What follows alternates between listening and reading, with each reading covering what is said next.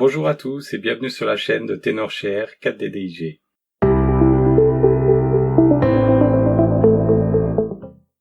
Aujourd'hui, nous allons vous guider pour résoudre l'erreur 0xC1900101 qui se produit lors des mises à jour de Windows.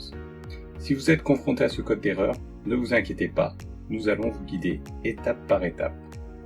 Alors tout d'abord, vous pouvez essayer d'exécuter l'outil de dépannage de Windows Update qui peut vous aider à identifier et corriger automatiquement les problèmes liés aux mises à jour. Donc pour ça, il faut aller dans Paramètres, Mise à jour et sécurité, Résolution des problèmes, et puis là, tout en bas, vous cherchez Outils supplémentaires de résolution des problèmes, globalement l'outil de résolution des problèmes, et puis vous sélectionnez Windows Update, puis vous cliquez sur Exécuter l'outil utilitaire de résolution des problèmes. Laissez l'outil faire son travail et peut-être que de cette façon il peut vous résoudre le problème. Si ça ne fonctionne pas, vous le fermez, on va essayer tout de suite une autre solution. Alors si l'outil de dépannage n'a pas fonctionné, ce que vous pouvez faire c'est utiliser l'outil SFC, exécuter SFC, donc vous tapez invite de commande, sur invite de commande vous faites clic droit, exécuter en tant qu'administrateur, ça c'est super important pour que vous ayez tous les droits, et vous allez taper ce texte, SFC espace scan no, et puis donc ça va vous faire une analyse et ça va vous chercher potentiellement les erreurs pour les réparer. Donc ici, il en a trouvé et il les a réparés. Si jamais ça ne marche toujours pas, ce que vous pouvez faire, c'est mettre à jour les pilotes de votre disque dur. Donc pour ça, vous tapez gestionnaire de périphérique dans votre menu. Une fois dans le gestionnaire de périphérique, ce que vous allez aller chercher, c'est les lecteurs de disques. C'est ici qu'on trouve les disques durs. Vous faites un clic droit et vous cliquez sur mettre à jour le pilote. Donc voilà, vous cliquez simplement. Et puis donc vous cliquez sur rechercher automatiquement les pilotes. Donc ça peut fonctionner. Si jamais ça ne fonctionne pas, ce qu'on peut faire c'est utiliser l'outil DISM qui est le service de gestion des images. Donc toujours vous faites invite de commande, clic droit, exécuter en tant qu'administrateur, et donc ici on va essayer de réparer les problèmes d'image de Windows. Donc on va taper DISM online cleanup, voilà, mettez sur pause et copiez le code et puis vous le tapez. Donc cette commande va vérifier et réparer les problèmes dans l'image Windows, et donc vous attendez que le processus se termine, et peut-être que ça résoudra le problème. Si jamais ça ne résout pas le problème, ce que vous pouvez faire, c'est libérer de l'espace disque. Donc pour ça, vous pouvez utiliser un logiciel comme 4DDIG, Duplicate File Deleter, que vous pouvez trouver à l'adresse que vous avez juste au-dessus, qui est affichée juste au-dessus. Et donc vous pouvez soit l'utiliser sur Windows, soit l'utiliser sur Mac. Donc ici nous on choisit la version Windows, il suffit simplement de cliquer sur le petit carré si vous voulez changer Mac Windows.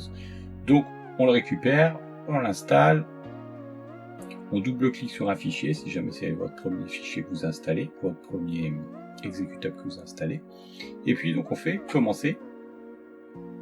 Et donc ce qu'on va simplement faire ici c'est chercher les doublons donc sur notre disque local. Et l'idée, ça va être de réduire donc les fichiers en doublon, parce que vous pouvez par exemple avoir un fichier de mise à jour en doublon. Donc on va scanner. Ici on peut choisir si on veut le type de fichier vidéo qu'on veut, le type de fichier pardon qu'on veut, donc soit des vidéos, soit des audios, soit des images. Et puis donc on va simplement cliquer sur scanner. Donc c'est parti. Alors la recherche peut être assez longue, ça dépend bien sûr du nombre de fichiers que vous avez sur votre ordinateur. Donc moi j'ai assez peu de doublons en fait. Ici j'ai simplement des fichiers images en doublon sur cet ordinateur. Donc je vais vous montrer comment en effacer deux. Évidemment vous ce que vous allez chercher c'est souvent les fichiers de code, donc ils seront dans autres.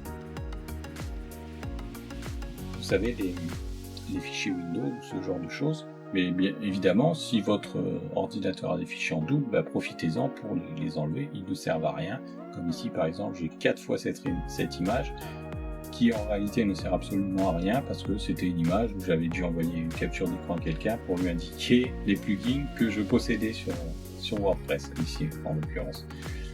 Donc ça n'a pas trop d'intérêt en fait de garder 4 copies comme ça sur son ordinateur. Donc on clique simplement sur supprimer, on fait oui, Et voilà, on supprime comme ça et ainsi vous pouvez gérer tous les fichiers en double de votre ordinateur. Donc c'est très pratique si jamais vous avez par exemple des fichiers qui sont gênants pour faire votre mise à jour Windows. Donc tout type de fichier. Si jamais ça ne marche pas, ce que vous pouvez faire, c'est essayer de réinitialiser le PC. Donc pour ça, vous allez dans Paramètres, Mise à jour et sécurité, et puis vous allez cliquer donc sur Récupération. Il me semble, oui, c'est Récupération. Et vous allez cliquer ici, juste ici, réinitialiser ce PC. Cliquez sur Commencer et le programme va commencer. Vous pouvez choisir est-ce qu'on conserve ces fichiers ou est-ce qu'on efface tout. Donc ici, on conserve les fichiers. Enfin, si le problème persiste, vous pouvez mettre à jour le BIOS de votre ordinateur ou de votre carte mère. Donc pour ça, il faut vous rendre sur le site de votre constructeur, vous tapez le nom de votre constructeur et puis vous suivez les instructions du constructeur pour éviter tout problème. Mais c'est une solution qui peut aussi vous aider à résoudre cette erreur Windows.